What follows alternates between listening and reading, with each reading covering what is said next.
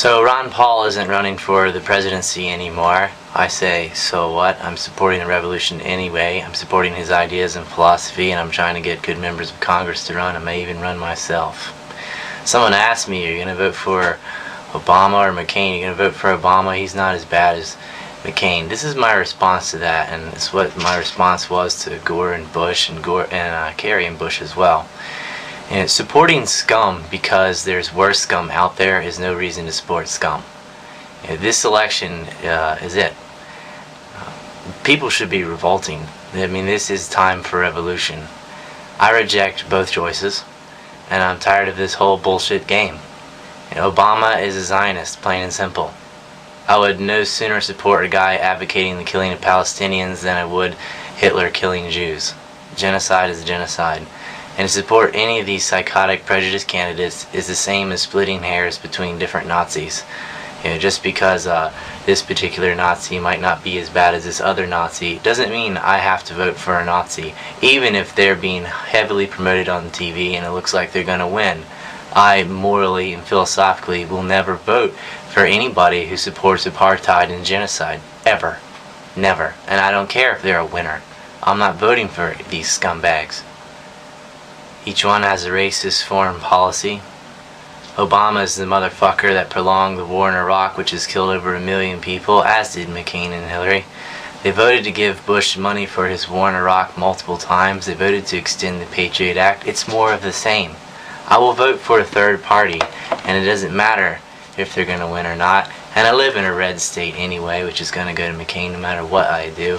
And I don't agree with voting between the lesser of two evils or the lesser of three evils. As Jerry Garcia said, you're still voting for evil. I'll tell you a guy who I like. He's not running, but someone I hope will run for the Senate in Minnesota, and that's this man, Jesse Ventura. I got this book. I read it in one day. Loved it. Loved his other books as well. This book is extremely interesting, not only on breaking down the two parties and how an independent can and has won a major race before, but he gets into what he was doing as governor and how he accomplished everything. He had the Democrats, or the what do you call the Democrats and the Republicans against him. They're like two gangs, tribalist gangs, and he managed to become Minnesota's highest and most popular governor ever. He got a $4 billion surplus. He put in the first light rail system. He totally overhauled the entire system, the way they do everything in government there. His wife was getting sick, and so he only served one term, went down to Baja. But some very interesting stuff in that book. A very, very interesting conversation he had with Fidel Castro when he was in Cuba. He went to Cuba and China. And they talked about the Kennedy assassination. He talked about that with Fidel. Jesse Ventura is very well read about JFK, and I'm not going to tell you what's in the book because I want you to buy it, but it's something instead of just buying whatever shit they give you on TV. So, Jesse Ventura, Don't Start the Revolution Without Me, a very good book.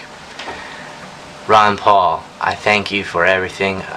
You're out of the presidential game. So what? I might vote for you anyway. I might write in none of the above at the bottom because I feel like my vote doesn't count anyway. I cannot and will not vote for a Zionist. I'm not going to do it. I'm not going to vote for people who are financing a war that's killed over 1 million people.